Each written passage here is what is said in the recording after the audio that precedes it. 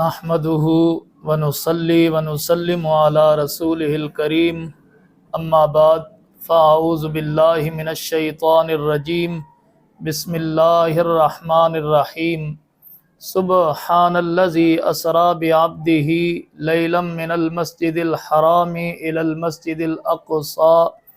الذي باركنا حوله لنريه من آياتنا إنه هو السميع البصير آمنت باللہ صدق اللہ مولانا العظیم۔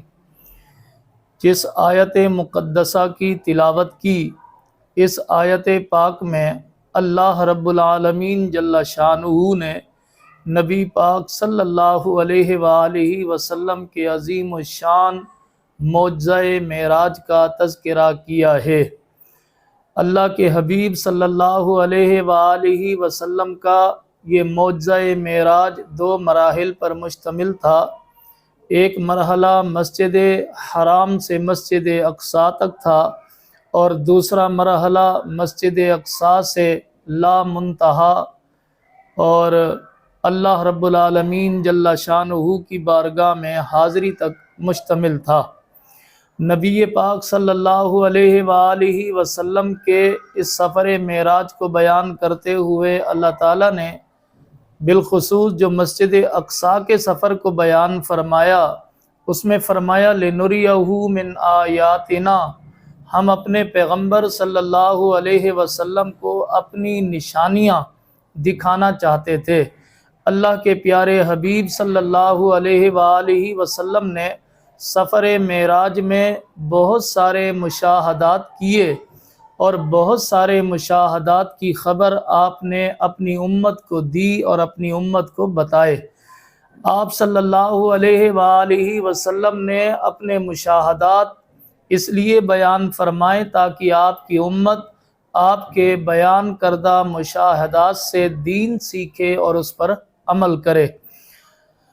پیارے پیغمبر صلی اللہ علیہ وآلہ وسلم کے مشاہدات میں سے ایک مشاہدہ یہ تھا کہ اللہ کے نبی صلی اللہ علیہ وآلہ وسلم کو اللہ تعالیٰ نے گناہ گاروں کے گناہ اور ان کی سزائیں دکھائیں، تاکہ آپ اپنی امت کو گناہ بتائیں اور ان گناہوں پر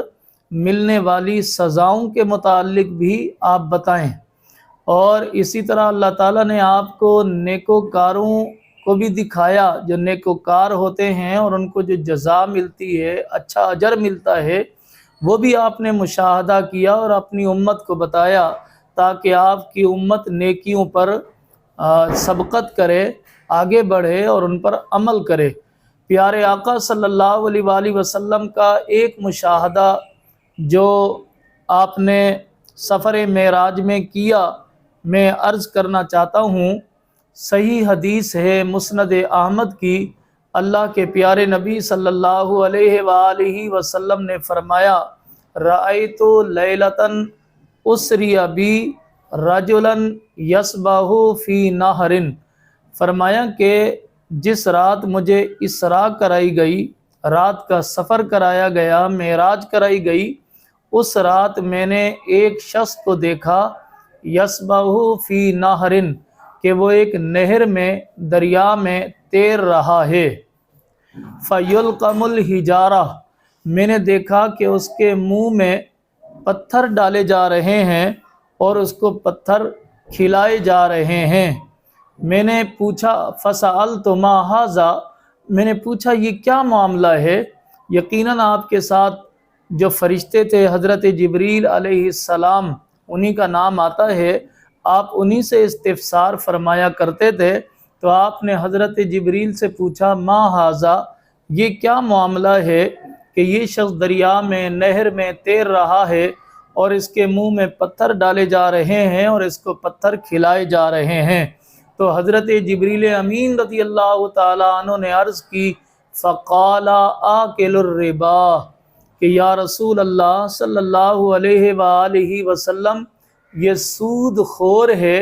اور سود خوری کی یہ سزا ہے جو آپ نے ملاحظہ فرمائی ہے۔ سود خور یقیناً جو ہے وہ سزا کے مرتکب ہوتے ہیں۔ سود گناہ کبیرہ ہے، حرام ہے، کھانا بھی حرام ہے، کھلانا بھی حرام ہے، سود لینا بھی حرام ہے، سود دینا بھی حرام ہے۔ اللہ کے پیارے پیغمبر صلی اللہ علیہ وآلہ وسلم نے جو مشاہدہ فرمایا اس مشاہدے کو سمجھیے۔ آپ صلی اللہ علیہ وآلہ وسلم نے دیکھا کہ ایک شخص نہر میں تیر رہا ہے اور اس کے منہ میں پتھر ڈالے جاتے ہیں اور اس کو پتھر کھانے پر مجبور کیا جاتا ہے۔ پتھر نگلنے پر، پتھروں کا نگلنا اور حلق سے نیچے اتارنا آسان بات نہیں ہے، یہ بہت ہی کڑی، بہت ہی سخت اور بہت ہی مشکل سزا ہے، اس لیے کہ خشک لقمہ بھی، جو روٹی کا خشک لقمہ ہو، بعض لوگوں کے حلق سے وہ بھی نہیں اترتا اور حلق کو تکلیف دیتا ہے، اور لوگ اس کو اتارنے کے لیے یا تو روٹی کو جو ہے وہ پراٹھے کی شکل میں بنا لیتے ہیں، یا اس کے ساتھ جو ہے پانی پیتے ہیں یا کولڈ ڈرنک رکھتے ہیں تاکہ حلق میں وہ پھنسے نہ، حالانکہ یہ بہت ہی آسان چیز ہے، کوئی مشکل نہیں ہے۔ تو اندازہ فرمائیے جب یہ خشک نوالا پھنس جاتا ہے اور حلق سے نہیں اترتا، بعض لوگوں کے حلق اتنے نازک ہوتے ہیں کہ چپاتی کے نوالے بھی نہیں اترتے، تو آپ اندازہ فرمائیے کہ سود خور کے حلق میں منہ میں پتھر ڈالے جائیں گے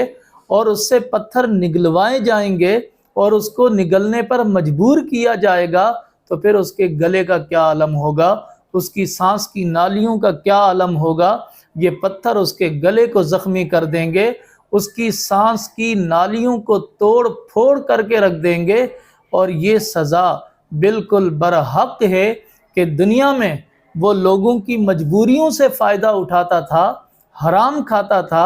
اور عواقب اور نتائج پر نظر نہیں رکھتا تھا۔ سود کا مال کھانا در حقیقت پتھر کھانے کے برابر ہے، اگرچہ دنیا میں انسان کو محسوس نہیں ہوتا، بڑی رغبت اور شوق کے ساتھ، محبت کے ساتھ لوگ سود کھاتے ہیں، سود کا کاروبار کرتے ہیں اور اپنی آسائشیں پوری کرتے ہیں، عیاشی کرتے ہیں سود کے مال پر، لیکن قیامت کے دن کے اس منظر کو دیکھیے جب انہیں پتھر نگلنے پر مجبور کر دیا جائے گا۔ یہ سود کا مال در حقیقت یہ مرغوب، پسندیدہ اور اچھا مال نہیں ہے، یہ در حقیقت پتھر ہیں، پتھر جو قیامت کے دن نگلنے پڑیں گے۔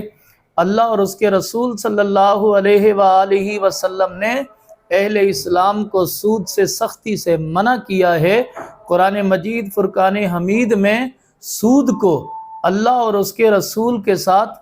جنگ قرار دیا گیا ہے۔ جو سود کھاتا ہے دراصل وہ شخص اللہ اور اس کے رسول کے ساتھ لڑتا ہے، اور مسلمانوں کو شدید تنبیہ کر کے اللہ نے منع کیا کہ سود خوری کا انجام قیامت کے دن بہت خطرناک ہوگا۔ قرآن کہتا ہے کہ سود خور